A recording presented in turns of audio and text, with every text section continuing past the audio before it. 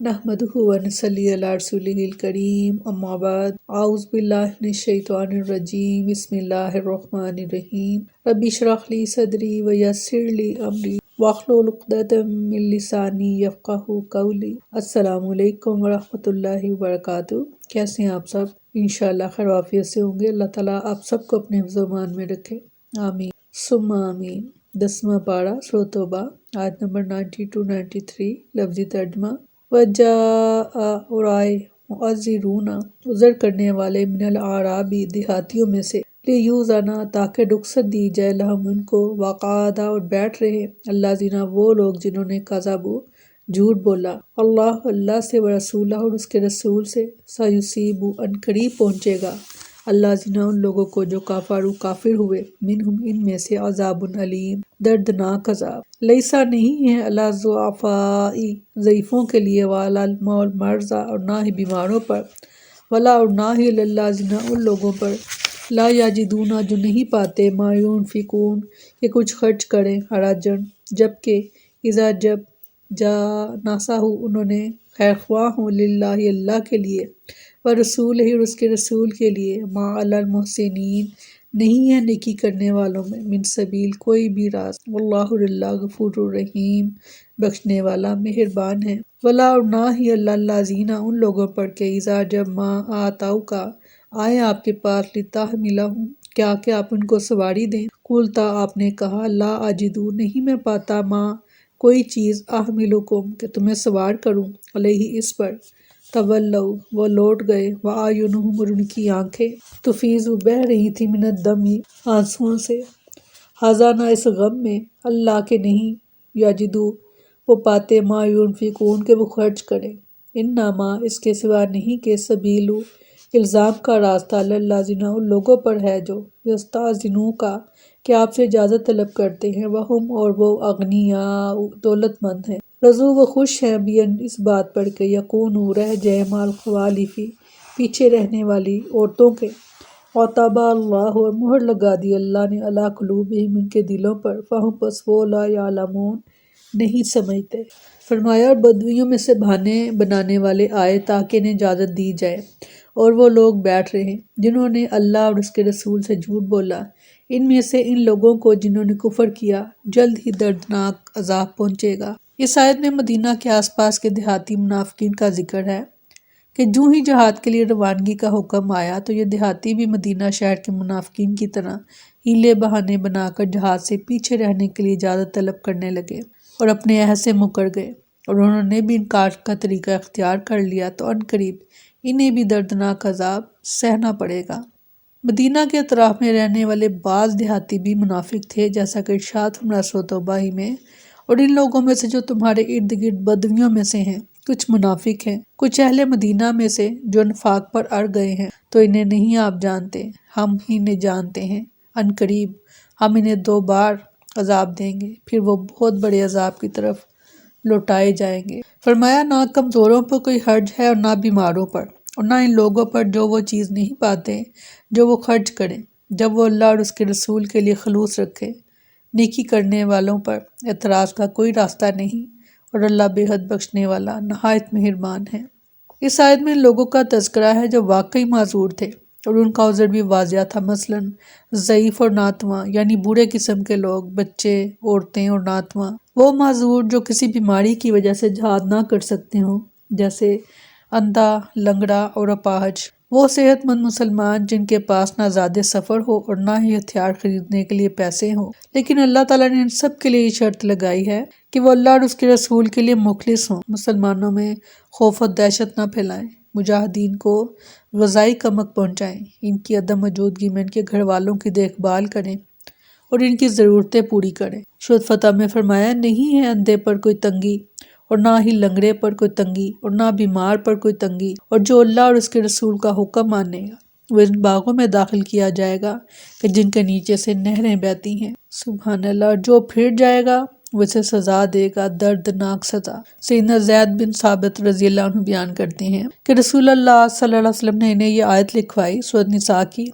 تو اتنے میں سیدنا عبداللہ بن ام مکتوم رضی اللہ عنہ بھی آ گئے، جس وقت کہ آپ مجھے یہ آیت لکھوا رہے تھے۔ سیدنا عبداللہ بن ام مکتوم رضی اللہ عنہ جو نابینا تھے، انہوں نے عرض کی یا رسول اللہ،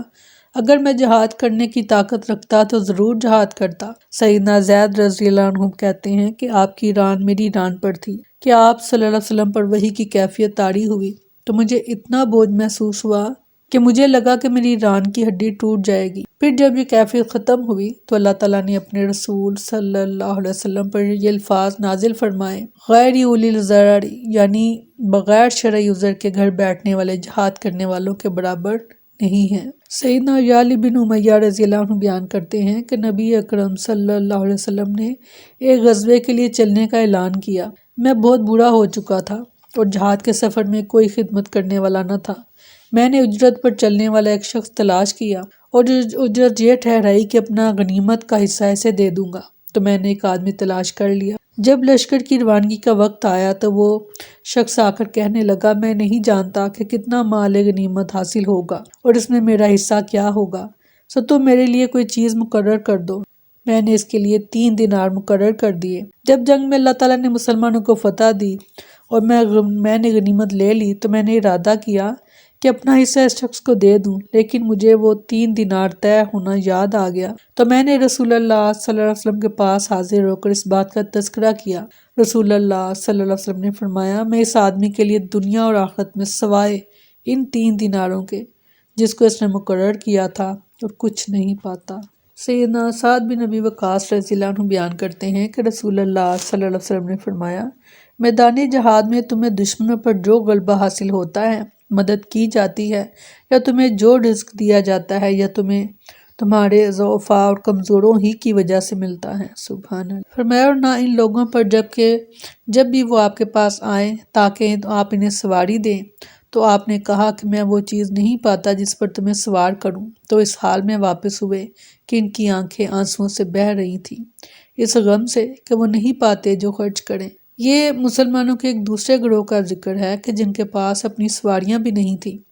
اور نبی صلی اللہ علیہ وسلم نے بھی انہیں سواریاں پیش کرنے سے معذرت کی، جس پر انہیں اتنا صدمہ ہوا کہ بے اختیار ان کی آنکھوں سے آنسو رواں ہو گئے۔ گویا مخلص مسلمان جو کسی بھی لحاظ سے معقول عذر رکھتے تھے، اللہ تعالیٰ نے جو ہر ظاہر اور باطن سے باخبر ہے، ان کو جہاد سے مستثنیٰ کر دیا۔ سیدنا انس بن مالک رضی اللہ عنہ بیان کرتے ہیں کہ جب ہم غزوہ تبوک سے نبی صلی اللہ علیہ وسلم کے ہمراہ لوٹے تو آپ صلی اللہ علیہ وسلم نے فرمایا، کچھ لوگ مدینے میں ہم سے پیچھے رہ گئے، وہ ایسے ہیں کہ جس درے یا میدان میں ہم چلے یقیناً وہ اس میں ہمارے ساتھ ثواب میں شریک رہے، کیونکہ ان کو کسی شرعی عذر نے جہاد میں آنے سے روک دیا تھا۔ سیدنا ابو موسیٰ رضی اللہ عنہ بیان کرتے ہیں کہ سفر تبوک کے اخراجات اور سواری نہ رکھنے والے میرے دوستوں نے مجھے رسول اللہ صلی اللہ علیہ وسلم کے پاس سواری مانگنے کے لیے بھیجا۔ میں نے کہا، اے اللہ کے رسول، مجھے میرے دوستوں نے آپ کے پاس بھیجا ہے تاکہ آپ انہیں کوئی سواری دیں، تو آپ نے فرمایا، واللہ میں تمہیں کوئی سواری نہیں دوں گا۔ دراصل میں ایسے وقت میں حاضر ہوا تھا کہ جب رسول اللہ صلی اللہ علیہ وسلم غصے میں تھے، مگر مجھے کچھ علم نہ تھا، تو میں سخت غمزدہ ہو کر اپنے ساتھیوں کے پاس پہنچا اور ساری بات ان کو بتا دی۔ مجھے 2 غم لگے ہوئے تھے، ایک تو یہ کہ ہمیں سواری نہیں ملی، دوسرا یہ کہ کہیں رسول اللہ صلی اللہ علیہ وسلم مجھ پر